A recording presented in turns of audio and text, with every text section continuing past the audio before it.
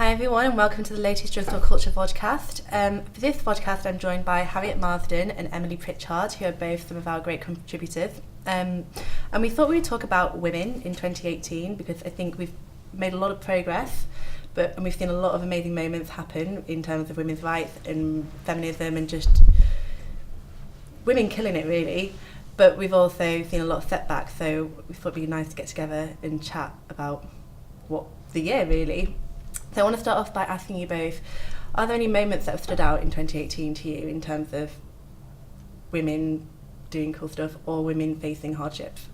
Well, you said killing it, and that just immediately sprung to mind Killing Eve. Oh, let's talk about which I thought was some of the best content that I'd seen in years in terms of putting women not just up front and centre, but as powerful, slightly psychotic perpetrators rather than just kind of victims. You know, what started as a cat and mouse game became this epic power struggle between these two incredible female leads, and it was probably one of the best kind of in terms of a representation of an Asian actress where it was not at all a part of the plot. It was just Sandra Oh was the best woman for the job. Yeah. And I think she was the first woman to win that award for it. So yeah, she was, yeah. The first woman of Asian background too. So that was an incredible moment in terms of pop culture and women and how it was, I mean, it was like James Bond for girls. Let's just talk about the fashion as well, because it was visually gorgeous, and I don't think that detracted from the character of Eve at all. Like, it wasn't like, oh, here's Eve and she's pretty and she's an assassin and she wears these amazing Molly Goddard dresses. It was like, here's Eve and she's killing it, and you know, Jodie Comer's an amazing actress, but also here's a woman who can take interest in fashion and look amazing on screen, and she's not a Bond girl. And don't you also think that she was using fashion kind of as a tool? Well, I mean, the don't you think it Villanelle epitomised her like psychotic behaviour as well, some of the outfits she wore? Yeah, it was like a tool for manipulation. That was the bit where she was talking to the therapist and she was in that was the Molly Goddard. The big I don't know, but the enormous sort of pink petticoat thing where it was so attention grabbing that it was almost like she'd taken all the power of the conversation back from this therapist. With the boots too, with the boots. And he just didn't know where to look, really. Yeah, absolutely. And those were two women that were, you know, completely in charge of their sex lives. I mean, Jodie Comer as Villanelle she had sex with men and women, and she was in charge of both. And Sandra Oh's character was, you know, she was very much in love with her, or debatably in love with her husband, and they didn't have sex when she didn't want to have sex, and she did have a moment with Villanelle, but both of them were at that moment very much equals, and it's not a very common thing to see, that sort of environment between two women on screen, not kind of having a token lesbian love off, as it were, which was really interesting. Yeah. They did. And it was complicated too, it was realistic. Absolutely. Yeah. It was an amazing kind of representation of where power and control and manipulation and sex kind of all collide, where it's not clear who is the victim or or if there even is one, or who is in control. I mean, it's the whole sort of blurred lines aspect of it was very much something that really needed to be explored, especially this year. Absolutely. What about you, Emily? Well, taking it from pop culture and I guess going more on the political agenda, women being allowed to drive in Saudi. Like, that was a moment that for me kind of said, here is the world starting to take notice of the huge progressions that need to be made by women in other countries. So I was in Saudi this weekend, and it's unthinkable for women in England that there are certain areas that you can't go in and certain privileges you can't access just because of your gender. And it really hit home to me sort of the things that we have access to in the UK and in the Western world as women that, you know, millions and millions of women worldwide just don't have. If you think about period poverty, even in the UK, and that's sort of multiplied 100 times by a woman in sub-Saharan Africa. And I guess that's sort of something that we still need to progress in other areas of the world. But it's happening. It's starting to really, really gather momentum. I mean, this was the first year I ever heard a male politician say the words period poverty. Yeah. You would honestly think that men had never heard of periods in politics before this year. which was, you know, it was actually a big moment. Yeah. But going back to what you said about the women who were allowed to drive in Saudi Arabia, I think that's a great example of where something that looked like a massive advance in women's rights also shone a light on how hollow some victories can be and how much of a backlash there can be. I mean, a lot of the women who were campaigning, who were activists in Saudi Arabia, were punished for it, are still being punished for it. So you can have all these headlines saying, oh, isn't it amazing how far we've come? Look at this, look at that, this first female prime minister or of whatever country, or this first, that first. But wherever you see advancement, you see a concurrent backlash. And that's what I think we've been seeing all year, to a bigger extent than I've seen in previous years. So that, I think, was a great example of that.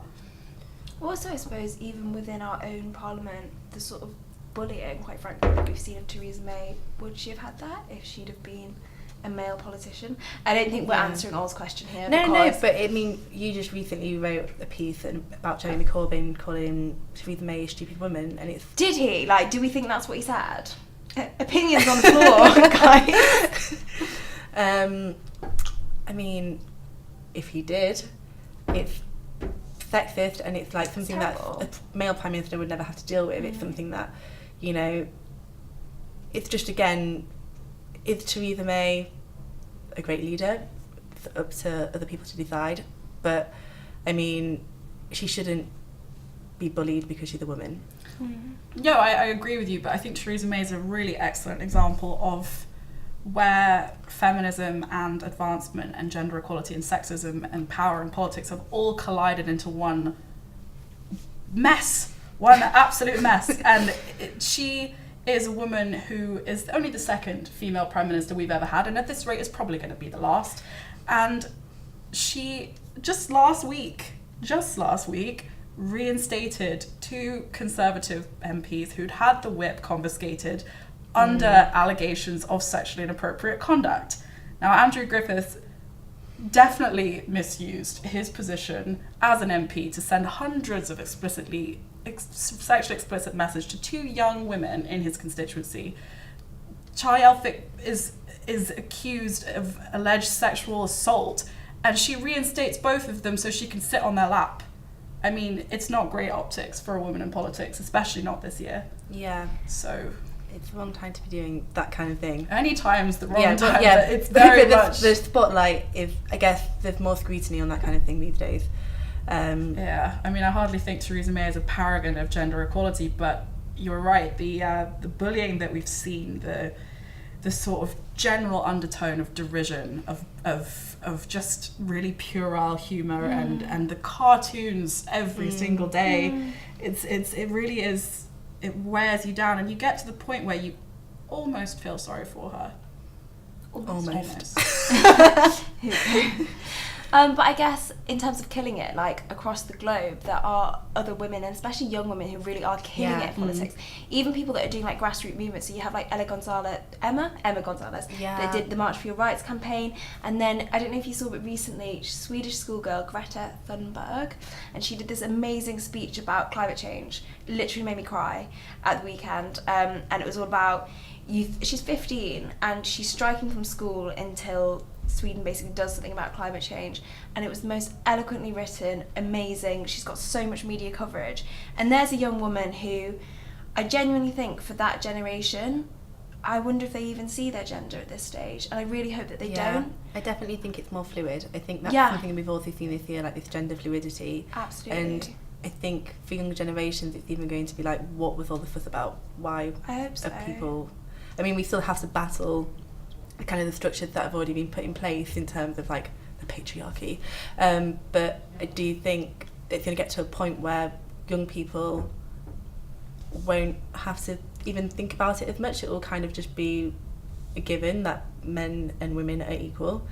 I really hope that you're right, but I don't think that you are. Okay. I think that's obviously something that I'd like to see. That's a utopia that we're all fighting for, because I think from like years down the line, like not like within.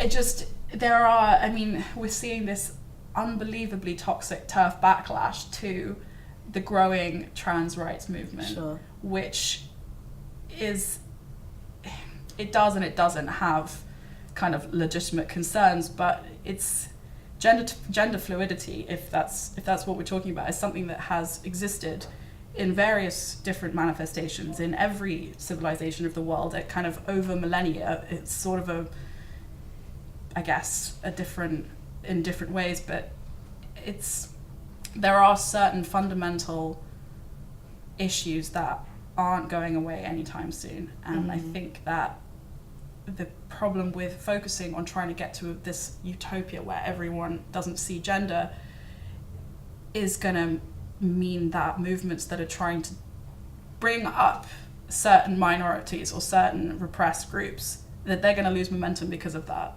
Yeah. So I think we need to just be a little bit careful Sure. there. But yeah, no, you're right. In terms of like women in politics killing it this year, it's been incredible. Yeah. And the Democrats in the US, and we've Yes. got women in Croatia, in Iceland, in New Zealand, and some parts of Africa. Do you know what else is cool? The women that are now starting to, so the New Zealand Prime Minister that took her baby to the UN, and is it Jo Wilt? Can't remember her last name, but MP, she took her baby to Parliament because she was breastfeeding. And I mean, so what? Like, that should be such a given. But it was September this year, and I think both of them did it in the same month, and that for me actually really stood out, because I was like, Stairs, you know, you can be a mother and you can get the fuck on with your job. Yeah, I mean, seriously, it's about time that everybody just got over breastfeeding. Yeah, yeah. And really, like, it's just how a is this still making headlines in 2018? But yeah, did you see the Rachel McAdams, the photo? No. Oh my God, who was it that shot it? It's Rachel McAdams in this incredible, you know, the makeup, the hair, the clothes, and she's breast pumping in the shot. Like, she's Yeah. it's happening. It's just a thing, isn't it? She's expressing It's just herself something and her body breasts. do. Like, yeah, her body does, yeah. no, it's amazing. I mean, we kind of touched on this a little bit already, but I think the next thing would be good to talk about is we're kind of living in the post-Weinstein era, and this has kind of been the year of time's up, Me Too, everyone's been speaking out. So I want to know if you guys think that much has changed since the Harvey Weinstein allegations and everyone's kind of talking more openly about sexual assault. Do you think that we have made any progress? Such an interesting question, because Is it kind of just superficial? I feel like we made a lot of noise in 2017, and then in 2018 I feel the question shifted to what constitutes sexual harassment. So we had a lot more kind of like I feel like the Weinstein allegations originally were very much like, he raped me, he masturbated in front of me, you know, things that are very clearly not okay. And then we've had more allegations this year of things that have been like, you made inappropriate comments, you touched me inappropriately, things that as women we have accepted all of our lives. I'm sure even us, our generation, like, I'm sure we've all encountered things like that, and I'm sure we still do, to be honest.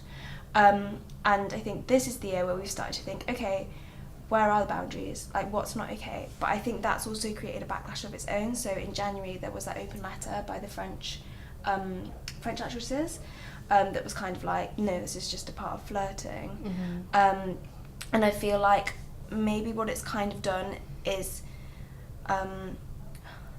there's a certain fraction of white males, or maybe not even white, that might be unfair, of males that are like, oh, women are out to get us. Well, it's and I even feel like that's come this year. Tarana Burke, the founder of the Me Too movement, recently came out and said that she feels like the media's taken it too far, and that it's kind of, I think she's like a sicko, she called it a sicko tennis match of people trying to find more people that have done bad shit and trying to out them for a story. And I don't know how I feel about that. I feel like if someone's done something bad, they should pay for it. I don't know, what do you think, Harriet?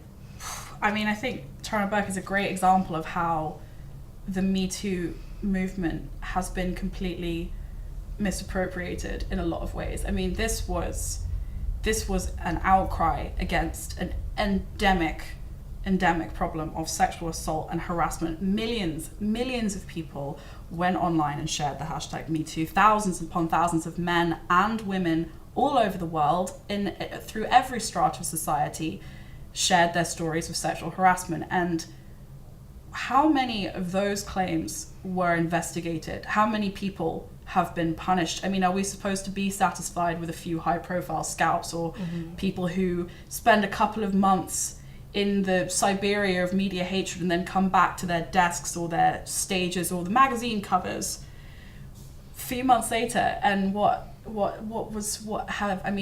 has anyone had updated guidelines on assault and harassment in the workplace? Because I know I haven't.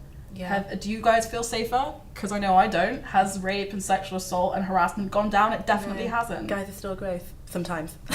Johnny Depp's still on the cover of GQ. I mean, it's just, I think the big problem this year has been the conflation of Me Too and the progress made or the backlash against, and the conflation with gender equality. They're two very different things.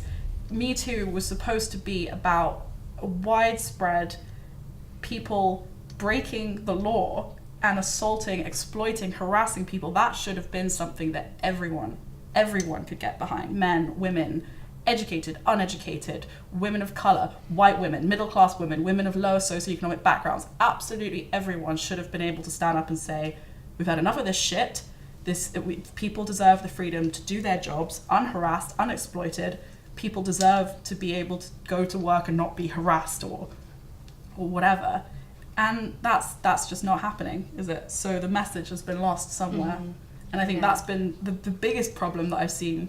It's been what should have been an outcry against something that everyone should be against. Assault and harassment, widely considered to be a bad thing and an illegal thing, has instead been co-opted by an anti-feminist agenda and made to look like the ravings of some sexless, joyless harridan feminazis who don't know the difference between flirting and groping, which we all do.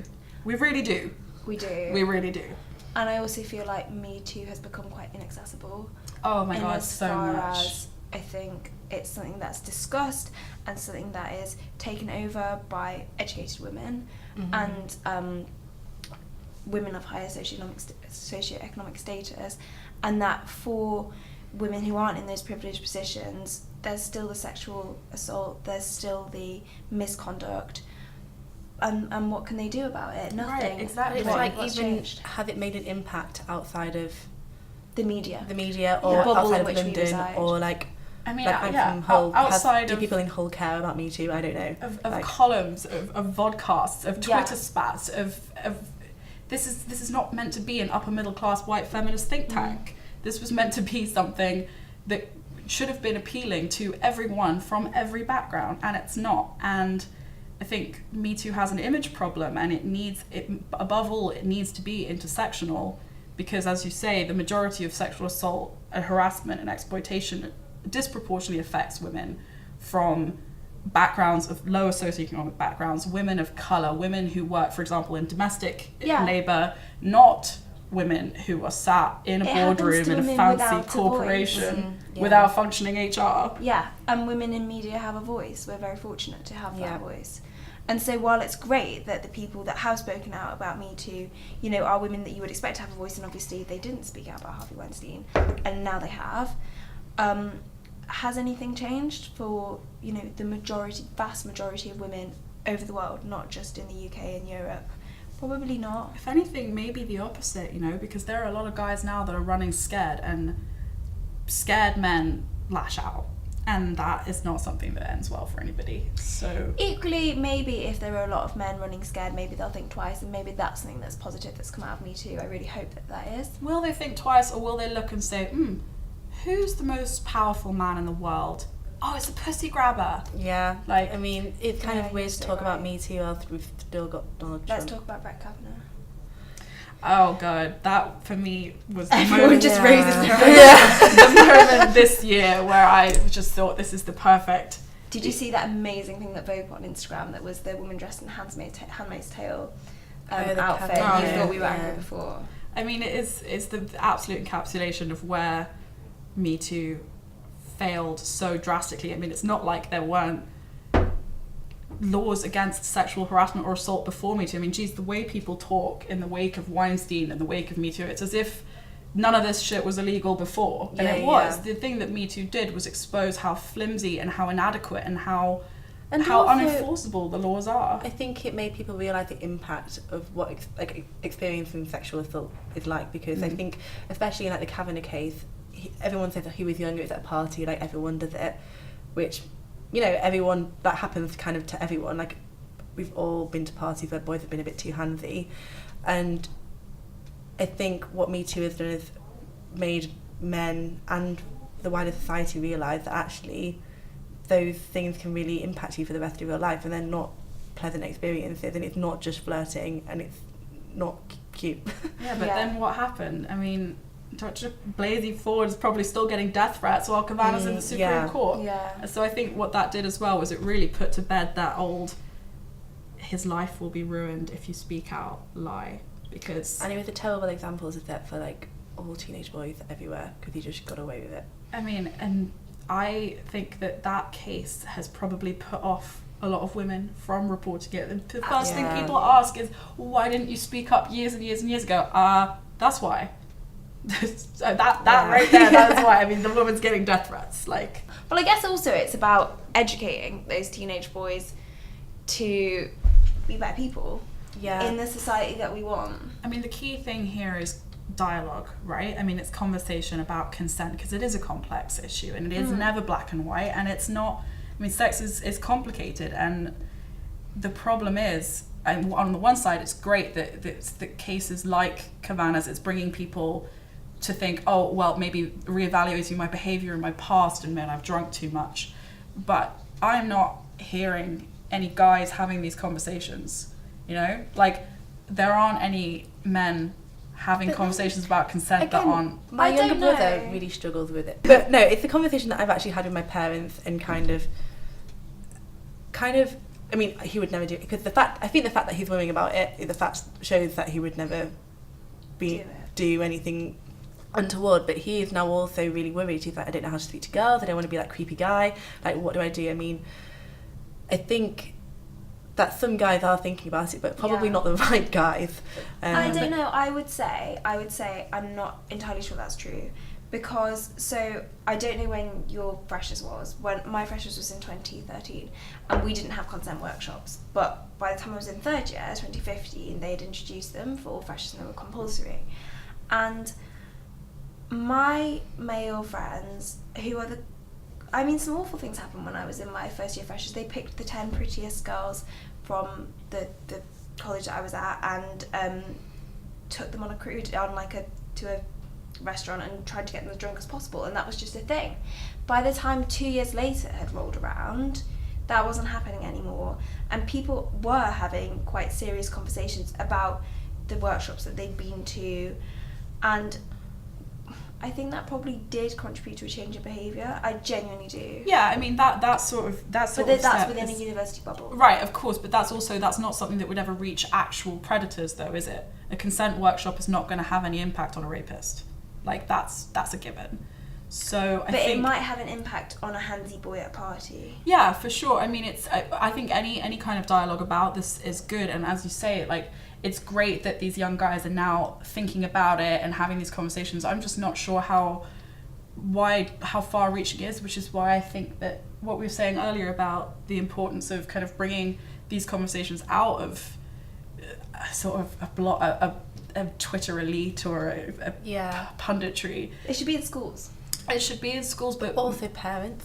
But popular culture, I think, is really where it's going to have the most impact. I mean, I'd go as far as to say that women of our generation were less empowered by Germaine Greer than they were by the lyrics of Destiny's Child or Missy Elliott or Eve or even Madonna. We need to bring Spice Girls. Yeah, exactly. And Spice Girls taught me girl power. It's exactly. It's movies, it's music, it's TV, it's the incredible steps that we've seen taken in the arts this year, which is one place where I think the conflation of Me Too and gender equality has absolutely been incredible that we've seen this year in terms of diversity and representation and consent consultants on sex scenes in movie sets, that kind of thing. That's where I think people are going to have a jump point of discussion from seeing a scene played out between a guy and his girlfriend at uni in like a movie than they would from a consent workshop at that uni, if you see what I mean. Yeah. But yeah, no, I agree with you. I think it's a great step, and it's something that I definitely didn't see when I was a fresher. not at all. Whereas in the world of kind of like science and technology, there are still leaps and bounds for women to come along, which is something I'm really passionate about. And so this year, a woman won the Nobel Prize in Physics for the first time in 55 years. 55 years. That's mad. It is mad, and I think women still have this ridiculous, insane concept that I can't do maths because I'm a girl. Fuck off. Yes, you fucking can. That's why Hidden Figures was so brilliant. Yeah, oh my god, Hidden Figures was like, it's my favourite film ever. It was absolutely so good. Brilliant. It was And so this is brilliant. what means you're so right. It's about films. It's about seeing those people. But again, it was an amazing. It was a BBC investigation, I think. A few weeks ago, the difference between the pay white male academics and BAME female academics. I think it was up to 40% difference. The Guardian investigation, no? Was Yeah, it yeah, a The Guardian Guardian, yeah. Like, that's disgusting. That's ridiculous. And that's why women aren't in academia and aren't in... It's not just science, but I feel like this is a particularly large problem, science and maths, like STEM subjects. Like, there is absolutely no reason in 2018 going into 2019 why we shouldn't have 50-50 gender equality in those subjects and in those fields and careers. And it's absolutely ingrained. And there's studies that show that by age 5, those ideas are ingrained in girls. I mean, that kind of thing in terms of STEM representation and technology especially, but tech I think is where we're seeing some real strides for women, and gaming and fintech especially. But that's all, that's great. Like, a woman winning the Nobel Prize in Physics is outstanding, but it isn't something that the average person on the street is going to give a shit about, really. And that's where I think we need to be focusing our efforts on making gender equality and feminism and representation and Me Too. Yeah. We need to have it become more appealing. That, I think, is going to happen in popular culture. So, I guess we kind of answered this, but like in 2019, what do you think needs to happen to kind of move the conversation forward? I think there needs to be a bigger focus on this idea of intersectionality, but not just racially, socially, economically as well. And I'm not saying that it's happened racially at all, and I think Slay in Your Lane was an amazing book and was a really, really great example of that. But I think we do need to think about working class women, like, big time.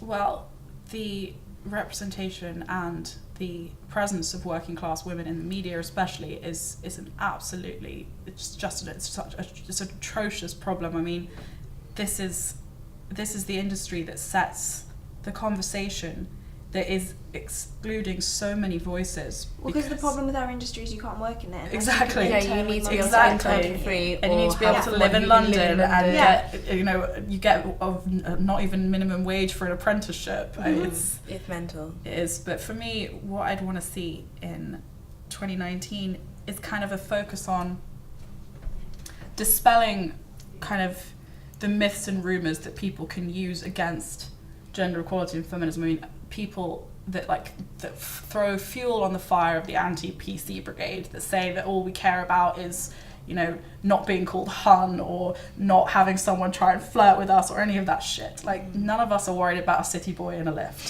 Thanks, the FT. I mean, the femicide census came out the other day, and it's 139 women were killed by men this year. And out of those women, 3/4 of them knew the person who killed them. And out of that, most of them were partners or ex-partners. So if the majority of abuse and harassment and potential murder is happening within relationships in the domestic sphere, that's where I think the focus needs to be. And that's where I think we've seen some amazing stuff this year in terms of art and representations of gaslighting and discussions of Love Island and relationships and power structure that has been really important. I've never seen that before. I've never seen think pieces about gaslighting in mainstream publications before. Which I don't think I'd even seen the word gaslighting before. I don't think I'd ever heard it. Yeah, I only heard about it since I went on the train. That's the first time I heard about it. And even breadcrumbing, that was a new one. And people in the pub were talking about it because people were talking about Love Island, talking about it. Mm-hmm. So that is absolutely vital. Like, Me Too has got to come out of, like, the think tank into the pub. That's where I want to see. I want to see these discussions. That's where I want to see this kind of dialogue, and I think that's just not something I'm seeing yet, but I think we're getting there. I do feel like there's been some sort of progress in that respect, but then you look at Natalie Connolly, who 2 years ago was killed. She died, she bled to death from 40 separate injuries, and the guy who murdered her has just been given 3 years on a manslaughter charge, and the papers are calling it rough sex gone wrong. I mean, honestly, like, tell me again about a post-Me Too world where we have not, like, consent discussion has gone too far, when that is being looked at as was that consensual? I mean, I didn't know that we needed a damn safe word to not bleed to death on the bottom of the stairs. It's a disgrace. It's just that case is just going to stay with me for a really long time, and it's not like it's the only one. And how are we going to call that an S&M game gone wrong? That's not a game. Like, there's no way she consented to die. Yeah. So I don't know, I think that's what I'd like to see, where I'd like to see progress next year. Let's talk about all the really exciting stuff that's on the agenda. Yeah. Like the film awards and all of the TV stuff that's coming out. And yeah, so next year we've got, so who's it for awards? Well, Killing Eve was kind of snubbed, I think. Was it snubbed, or is it coming in on the next rotation, do we think? Because Golden Globes, it's only got, I mean, Sandra Oh got an award, but I feel like, oh my god, I forgot her name. Jodie. I feel like Jodie should have been awarded. Let's talk about Ariana Grande. I feel like that's been a really interesting special subject. So we just culture moment. We just talked year. about Ariana Grande in the previous podcast, so I'll keep it brief. Before I was like, Olive's like a Arianator, and I was thought I like, was a freak because but then Thank You Next, I was like, oh.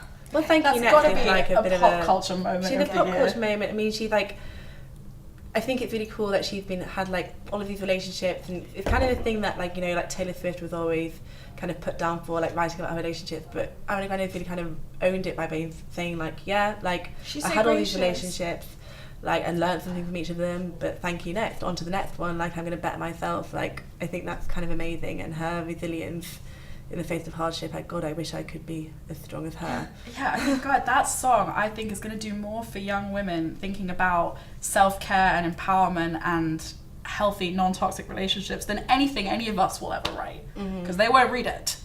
I mean, even on the subject of pop culture, Taylor Swift encouraging people to vote after years and years of silence and political agenda was quite a moment, actually. Like, she's got so many followers, she has such a huge reach, and for her to be like, okay, let's do this, that was a big moment.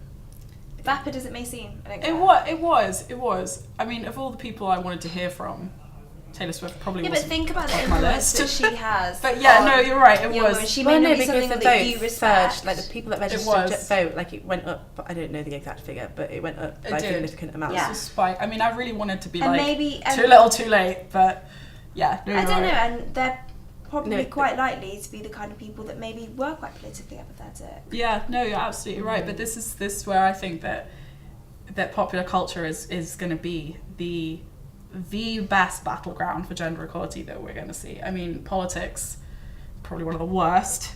Like, literature hasn't been great, not in the last few years, let's be honest.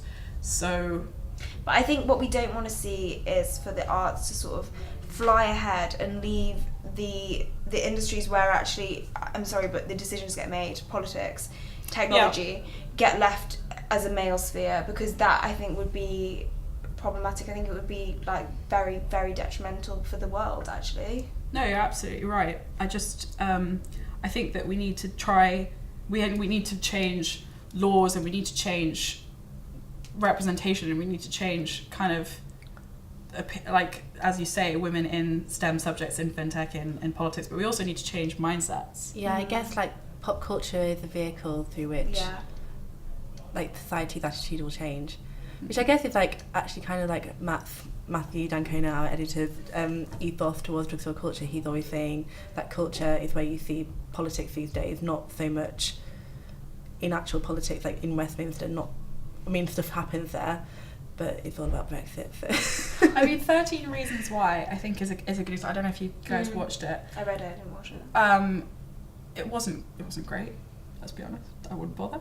But I think it had these really excellent discussions of rape, where rape isn't as we might think of it, as not as clear. Like, the boundaries are unclear. The like, alcohol has been drunk, relationships have already been had, there was maybe consent that was maybe revoked. It was all very, I think it was great for starting conversations, and I think that a lot of people that I know who wouldn't be reading think pieces and who wouldn't be reading feminist manifestos were watching that show and did start to think, wait, hang on, so actually the experience that I've had that I wouldn't have necessarily labelled as such was actually not appropriate. It wasn't what I wanted. It wasn't okay. And it's okay to go and reevaluate what happened in your past.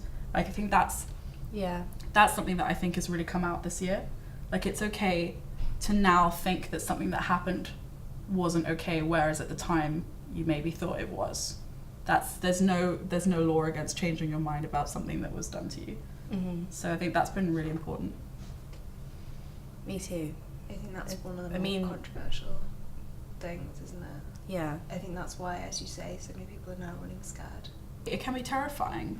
There's so many good guys, not perpetrators, not assaulters, not harassers, not exploiters, who may or may not have been drunk or misled, or not misled, but kind of misunderstood in themselves, or maybe crossed the line, that they didn't really have an understanding of the impact of. You know, it's like the New York Times when that ran that piece, and they asked men to kind of email in with a story about a time when they now look back on and realise that they've done something wrong in like a sexual situation, and they said they were overwhelmed with responses, and so many of them they couldn't even publish because it would like ruin people's careers and stuff like that.